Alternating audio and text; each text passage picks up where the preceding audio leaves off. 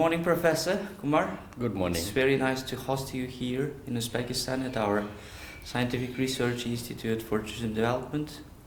It's our pleasure. All pleasure is mine. Thank you for the invitations. I'm You're enjoying the welcome. hospitality here. Thank you.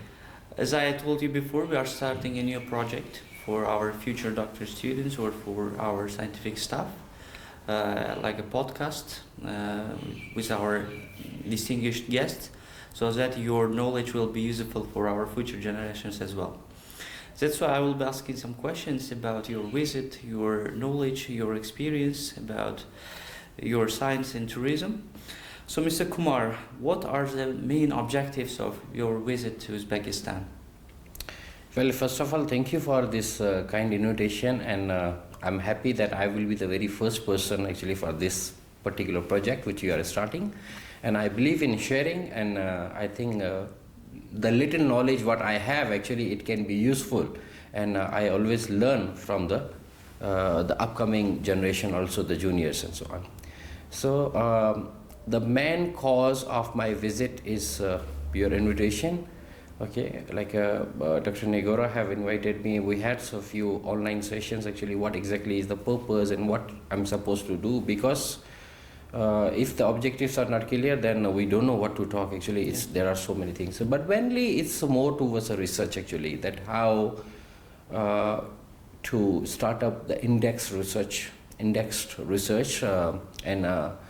what are the importance of research, how to kickstart the research, what sort of collaborations are required, how to see those resources which we don't have, where to seek, and so on. And of course, Uzbekistan is a wonderful country. Actually, it's a beautiful country. Of course, I just visited around in Tashkent only, but I have checked online.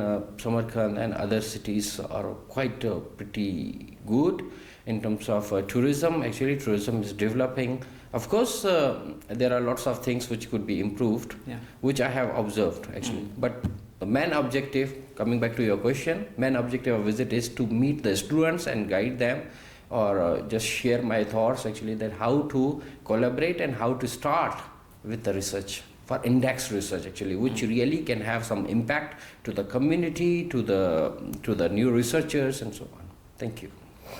Very nice.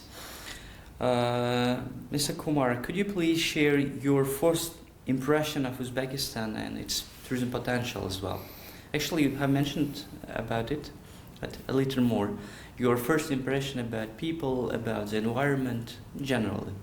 It's a first visit to Uzbekistan. I mean, like first visit, and to Central Asia it's the second time.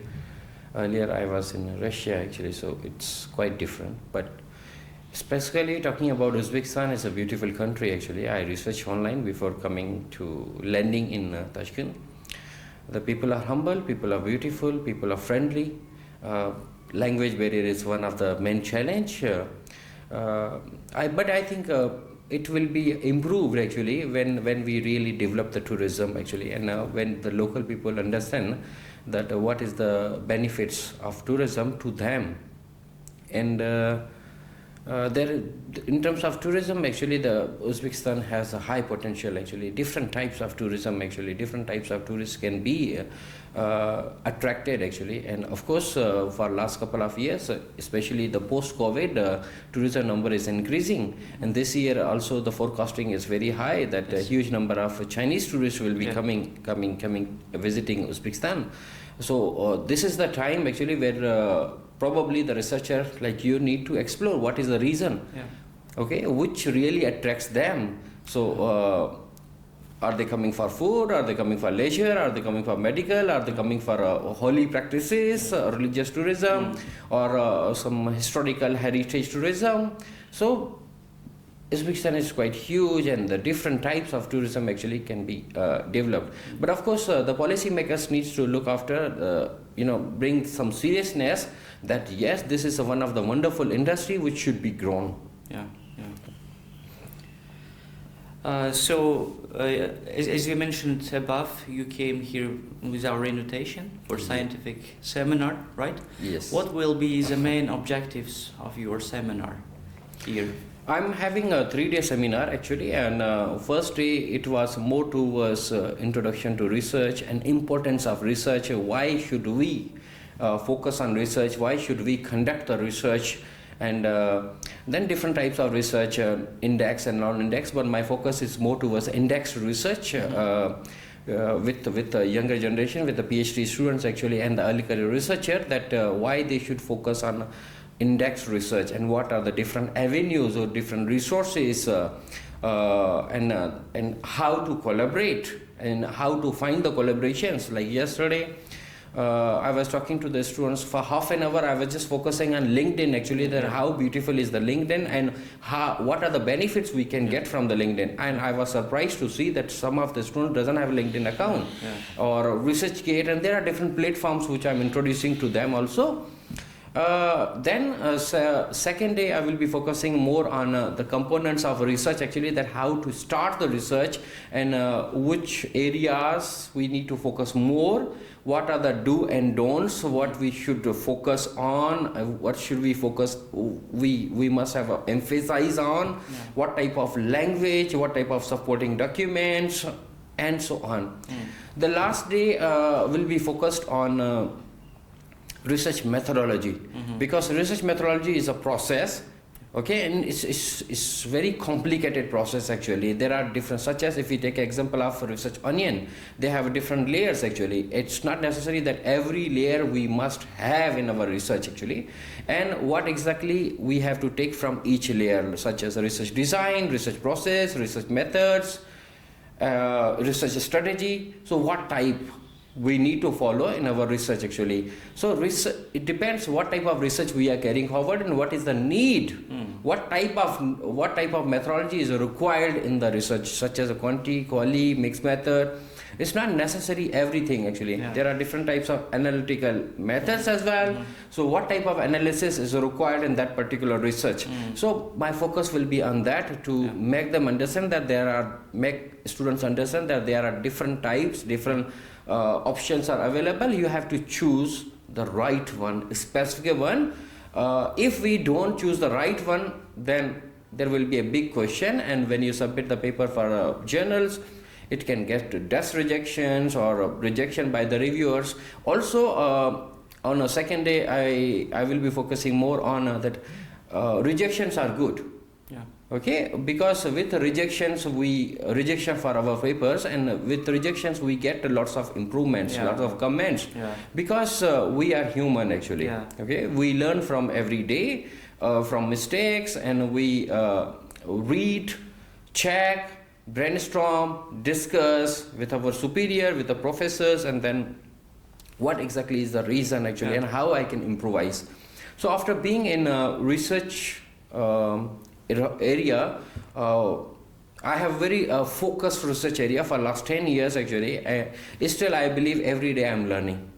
Because I review number of papers, and every author has a different style of writing. Okay, so different jargons, so how to start up and how to conclude, how to discuss, so those things. Also on the second day I will be focusing on burger strategy. The burger strategy, that the different layers actually, such as one paragraph actually, so each lines means what, each words means what actually, should have some consistency. Like in a burger we have a different layers of vegetables and the sauces and the cheese and the pit. So if something is missing, burger is not complete. The same way the paragraph is not complete, or paragraph will be having missing areas actually. So it will be a very, very interesting workshop for next 3 days. Thank you. I hope to. Thank you very much. And I would like to clarify or focus on your personal scientific work now.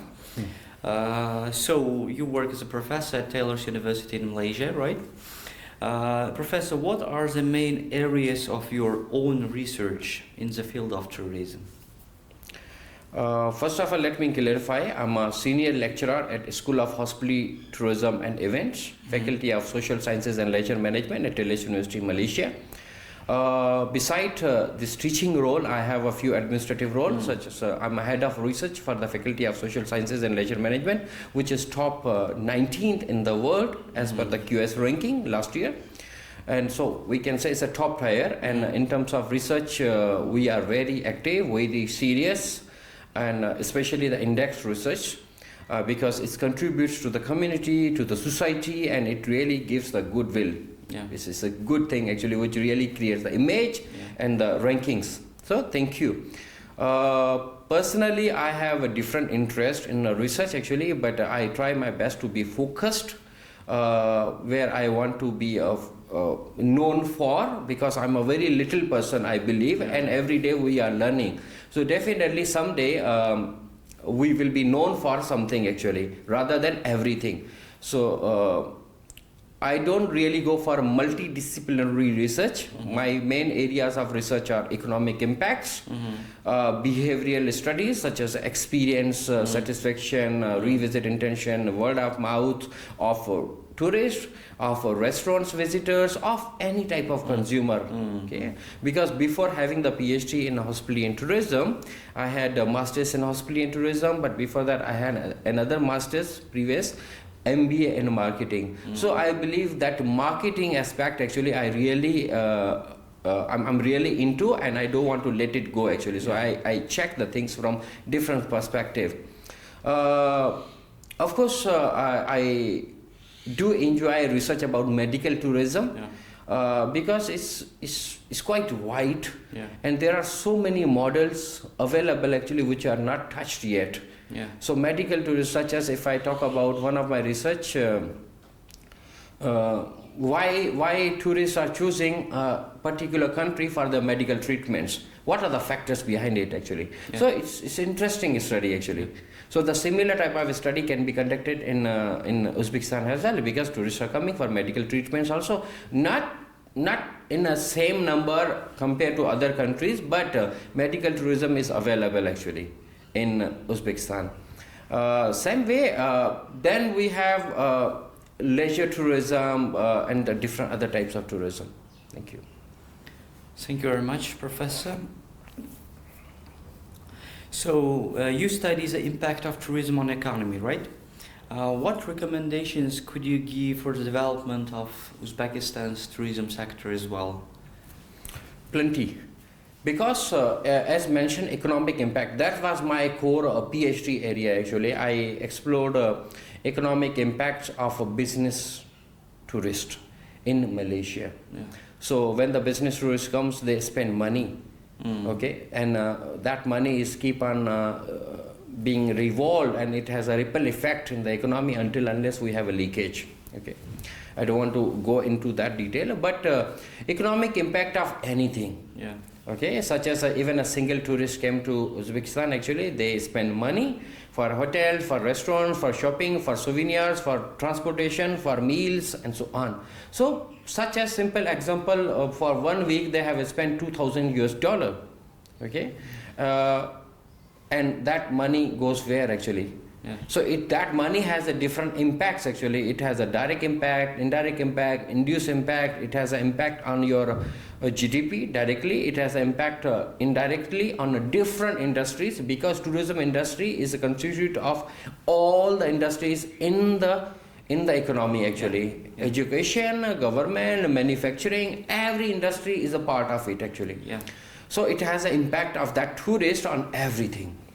And then second, of course, government tax revenue, okay, and the full-time jobs are being created. When there is a demand of tourists actually, the new restaurants will be open, new hotels will be open, and transportation will be expanded, the tourist destinations will be polished or developed, and a number of other avenues will be available, so new jobs will be created. So that's the direct impact to the economy, to the local people also. Local community are the main stakeholder actually, main pillar of development, but subject to if the policymakers are talking to them directly, and they're getting on board while making a decisions actually, because if involvement is there actually, involvement of the community, then they will feel the actual need.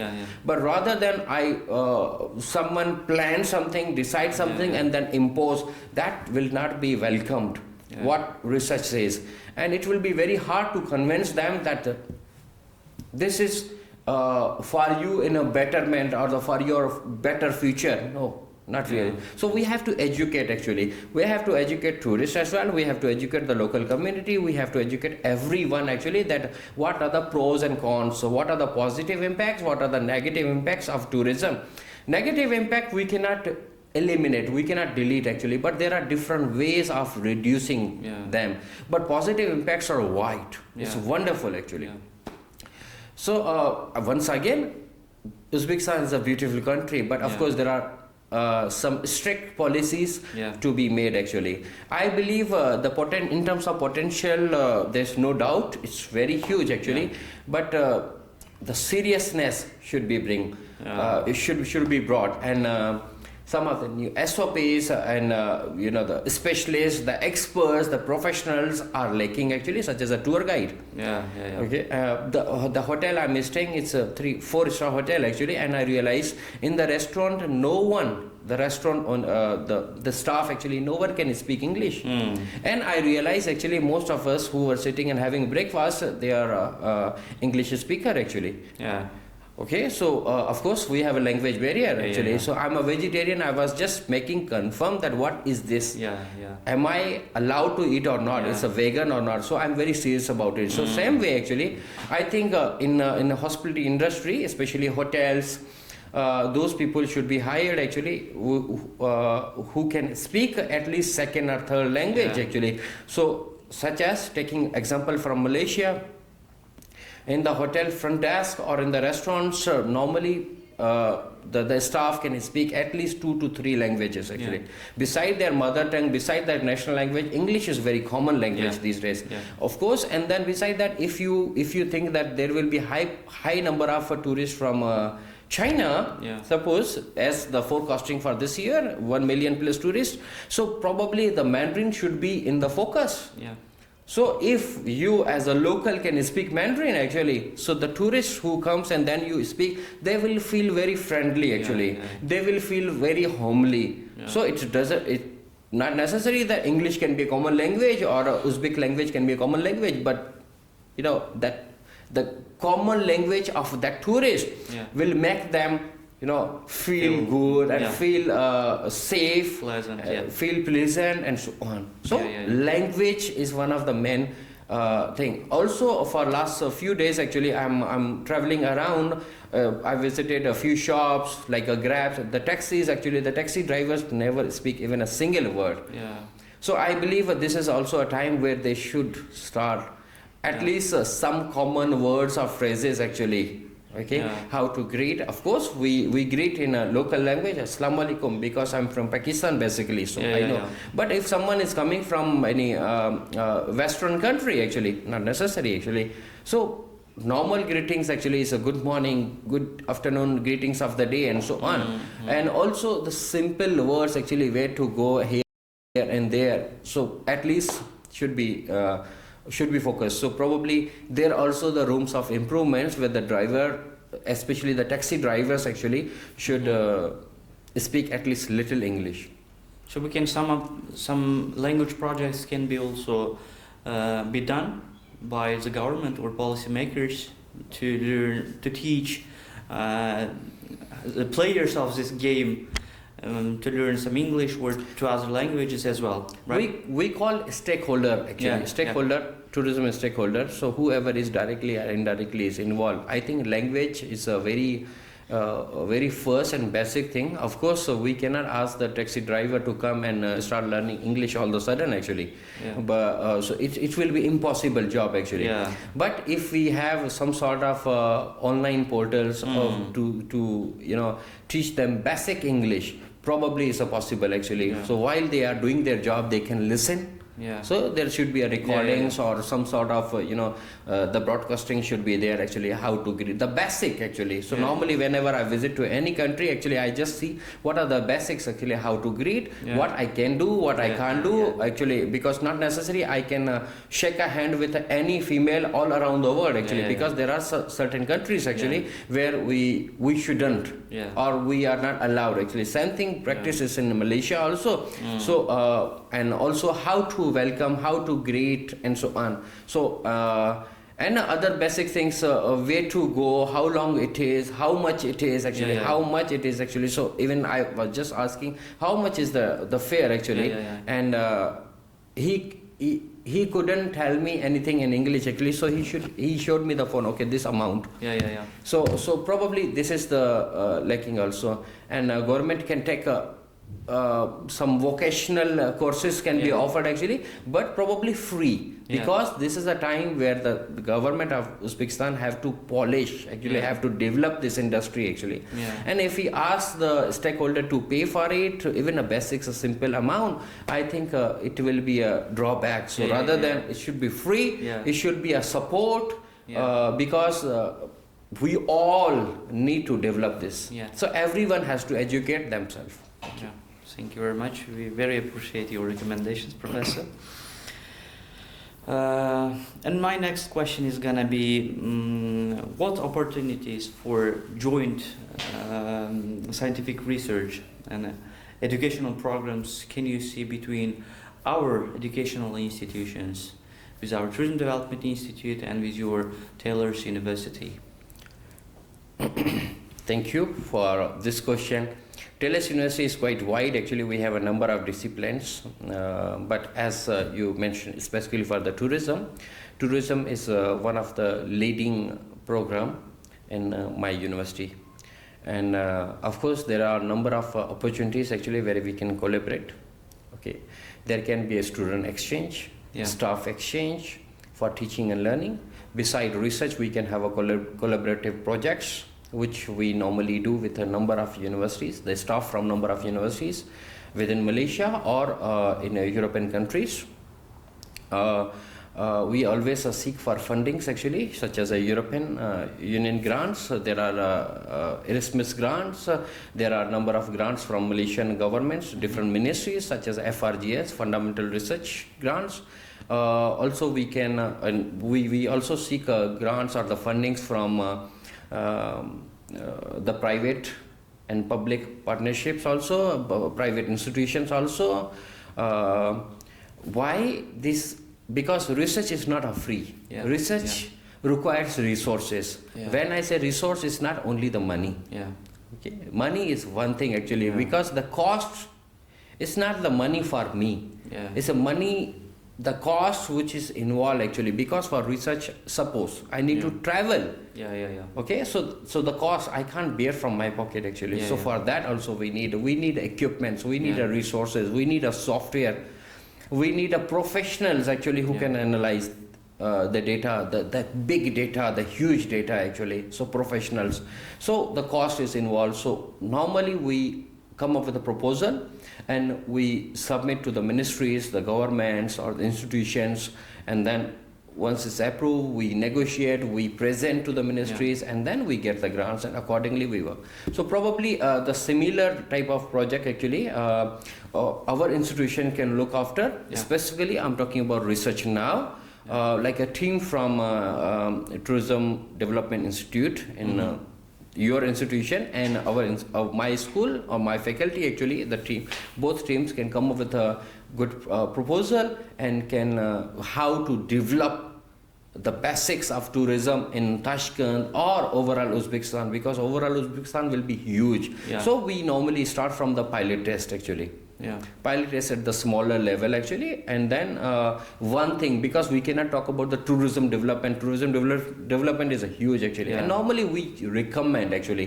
We conduct the research, we find the findings, and then according to our findings we discuss and we recommend that these are the, suppose 10 things you should focus on. Okay, and then of course so it's very hard to convince the policy makers, but with our justifications normally it works. Okay, and of course because the policy makers actually they don't have a time to conduct the research actually. Normally they gives this research to the private institutions, so the research institutions, academicians actually, to conduct and come up with the findings actually. So if something is not working actually, why it's not working actually, so that is a researcher's job to identify why it's not working, what are the reasons and how to make it work. So we will come up with the recommendations, and accordingly it's not easy to come up with a policy, but of course, at least once they are convinced, then they will be bringing to the upper level of their committee or board, the ministries, and then of course it works. Yes, thank you very much, Professor. So I will just go to the final part, questions. So, Professor, what advices could you give to our young researchers or students interested in tourism? Thank you. The very first I want to say, there is no shortcut. Okay, research is time taking. Yeah. Okay. Even my PhD students actually sometimes they get very frustrated actually that I have submitted the paper to a journal and it's already 1 month and no news. I say, so what? Okay. What do you expect? So what actually? Because you have just submitted 1 month before. It's just 4 weeks actually. Okay, I'm waiting for my paper for a couple of months also. Okay, so research is a time-taking process, and when, so first of all, hold patience. Okay, it's time-taking. It's a crazy process, but it's an enjoyable process actually. Once you have a final product, you will be enjoying. And the second thing, as no shortcut, and the second thing is consistency is required in the research. Okay, we have to be enthusiastic. We have to bring that energy from our side actually. No one can force you that you have to complete or you have to conduct this research. If you think, if you are convinced that research is the most important element to grow your career, okay, then you have to be active and trustworthy with yourself actually. You cannot give these excuses that no time for research. Okay, you have to commit. That commitment should come from your side actually. You have to sacrifice sleeps, you have to sacrifice lots of leisure, family time, weekends, but it doesn't mean that you should just forget everything and focus with your laptop. No, not you have to bring the work-life balance slowly. But when you are starting, then of course, you know, to start something we need a extra power. Okay, once you are on the track, then you can go with the average power actually. So to start up, you need to spend longer time. And the third point is rejection. Don't think that they reviewer or journals have rejected your paper means they have rejected you.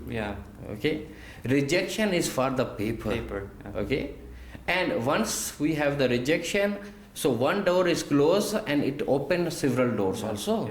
Because rejection always comes with lots of comments. So spend time, evaluate the comments, improvise the paper, and seek advice from the professionals. Seek advice from your superior. If you're talking about the students, then a supervisory committee.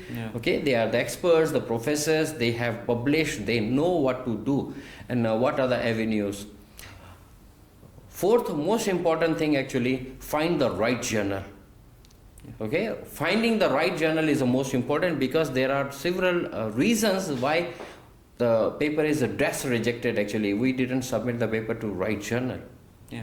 Spend time to identify which journal is the right journal for my paper. Okay, and stay away from predatory journal, those paid journals actually. Of course, the funds are always limited, right? We don't have a money to just publish in those, by paying APC. Okay, article processing charges actually. Open access is welcomed. APC is a killer actually. Okay, if we are paying for our paper actually, which we have spent 6 months to complete the paper, and now we are paying suppose €1,000 to publish, and then and it's not open access also later, and then every reader have to pay to download it. What's the point? It works only for statistics, right? Yes. So it's better actually find the right journal. There are plenty of journals actually, hundreds of journals available. Okay, and if you are new, if it's normally the PhD students, the supervisors should support.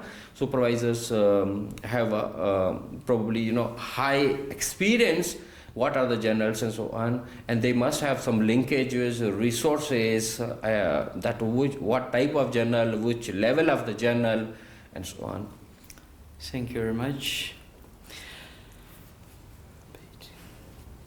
And the final question, Professor, what's the key points from our seminar can you recommend to incorporate Uzbekistan's tourism strategy?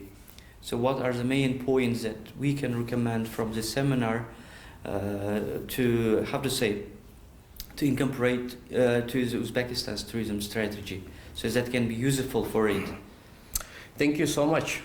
There are a number of, first of all, research, the one which we are keep on talking about, and this workshop is involved.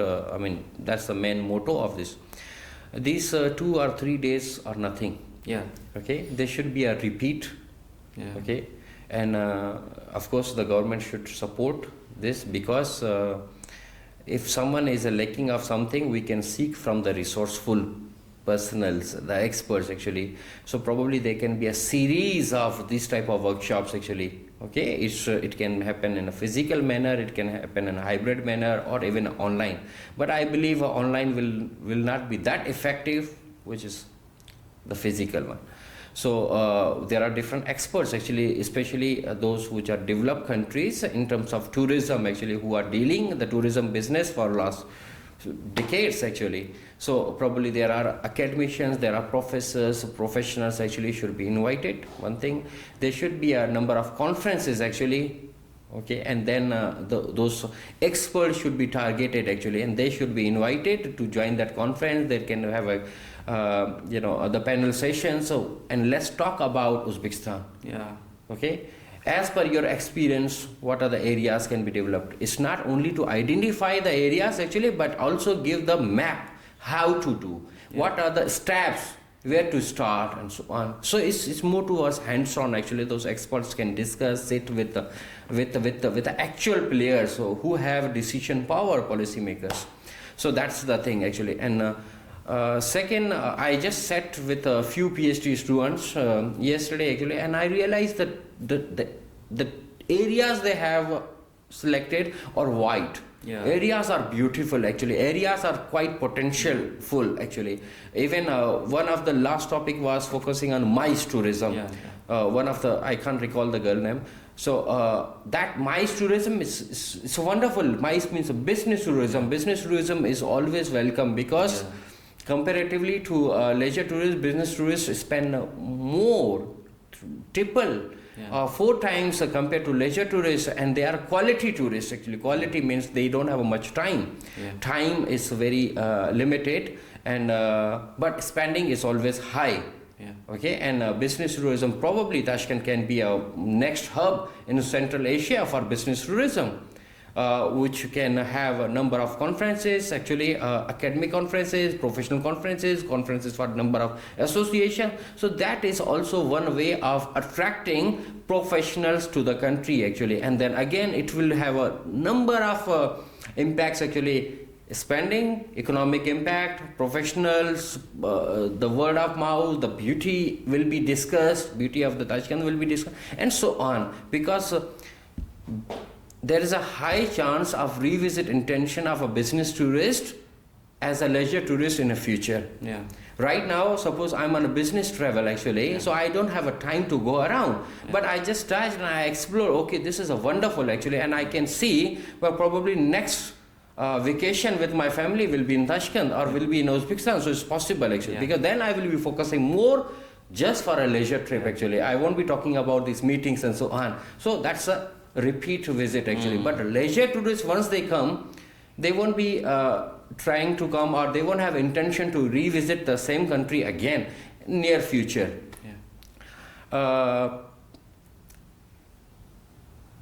And the last comment for the policymakers, probably tourism has not been in a focus actually. Okay, what is the main industry of Uzbekistan? It's not tourism actually. But I think if we really need to grow, then we need to think seriously, and we should focus, because with tourism you can do a lot.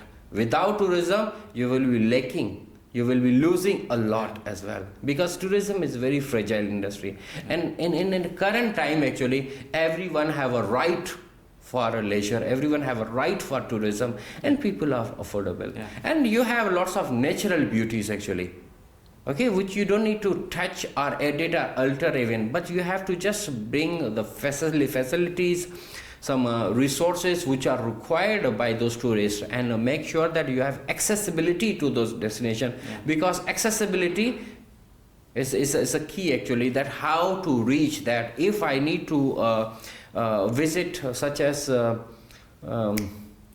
one area actually which I really wanted to visit, Uzbekistan, recently I checked, but my concern is too far, okay, that is the Buddhist range, the remaining, and then the archaeological the areas and the findings actually, and that's I can't recall the name of the area, but it's quite close to the Afghanistan border.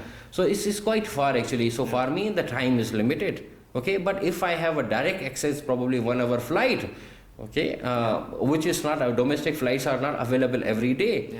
And also I realized that the airport is also far from that destination, probably 1 hour or 1 hour plus. So it means taking the flight. First I have to identify if the flight is available or not. Second, again 90 minutes of a road trip. And then also reaching to that areas, if I need to take permission from here and there, of course we need to follow the government's rules and regulation when we are in the host country, but how long it will take, and this information is missing. This information is not available online. So if I was aware of that, to visit that destination, if I need to take permission, so probably I could accelerate that permission or application before I come here actually. So this so media, publicity, marketing, social media, word of mouth, word of mouth, that thing will revoke actually. There are a number of tourism related fairs, such as in Malaysia it's a Mata fair actually. It happens twice a year actually, where all the stakeholders in Malaysia, tourism stakeholder in Malaysia, also in Southeast Asian countries, also from Asian countries, used to have their counter actually. They exhibit about their products, exhibit about their destination. Probably Uzbekistan can be one of, because last Mata fair, if I'm not mistaken, I have seen from Russia, I have seen from Kazakhstan, okay, your neighboring countries actually. So why not Uzbekistan? So you are sharing the same type of culture, similar food, similar weather, similar natural resources, then why not? You have the potential actually. It's just we need to strategize it actually. Okay, and then definitely you don't have any issue with attracting tourists actually. Tourists are already coming. Now when we facilitate them, then we can have a sustainable flow of tourism. Then you can talk about SDGs also, Sustainable Development Goals. That's completely missing in so far what I have seen in Tashkent actually. I didn't visit much, but I never seen anywhere SDG actually, who is talking about sustainable development goals actually. That should be the key right now, because sustainability, now we are talking about basics, but slowly and gradually we need to talk about how to make it sustainable. Okay, so different areas. Thank you. Thank you, Professor. Actually, in the last 5-6 years, tourism is on main focus. Many good things have been done, but undoubtedly there are a lot of things to do. But it's still improving. So thank you very much, Professor, for your time, for your valuable knowledge, and thank you for not rejecting our invitation to this seminar, to this podcast, and your final words. Before I say the final words, of course I can't reject. Actually, I don't reject, because sharing is always caring, and I always look for this type of opportunities where I can share my knowledge. And also these type of events, these types of tips actually, these are the avenues where I learn, I know more, and I expand my knowledge. So thank you. And it's a beautiful Tashkent. Okay, so far This weekend I'm planning to visit Samarkand, so I can talk about Samarkand after that. But of course, I have checked online. Is some sort of things actually probably similar to what I have seen in Iran. Yeah. So probably, so it will be again. I'm already perceiving a lots of beautiful places and beautiful things to check. High potential, and this is serious business. Post-COVID, government have been active, but I think there are lots of improvements are required, and experts are always available around the globe. Actually, find the expert and get involved, and don't forget the community should be involved in a decision making actually, because the community, the resident, the local people will be meeting the tourist face to face, not the government. Right, so the local community should welcome to the tourists actually. Okay, of course the people of Uzbekistan are very friendly, very nice country actually, but of course language barrier and a few other things which we have discussed could be improved also, and we are available for further discussions. Thank you. Thank you very much.